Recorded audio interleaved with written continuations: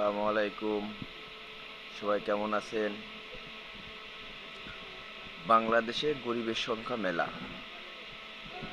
ভাই, বড়লোক যারা আছেন গরিবকে অবহেলা করবেন না। অনেকে আছেন গরিবকে অবহেলা করেন।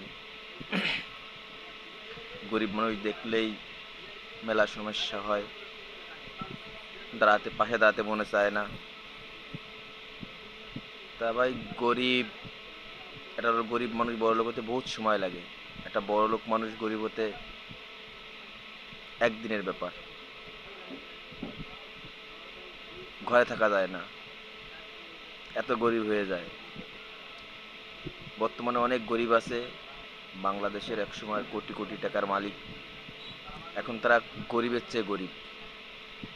ইন্ডিয়ায় পলাতক, আমেরিকায় পলাতক, সিঙ্গাপুর, থাইল্যান্ড, এইসব জায়গায় পলায় রয়েছে। তারা বাংলাদেশের গরিবের চেয়েও অনেক গরিব। তো ভাই, গরিব মানুষকে অবহেলা করেন না। এটা গরিব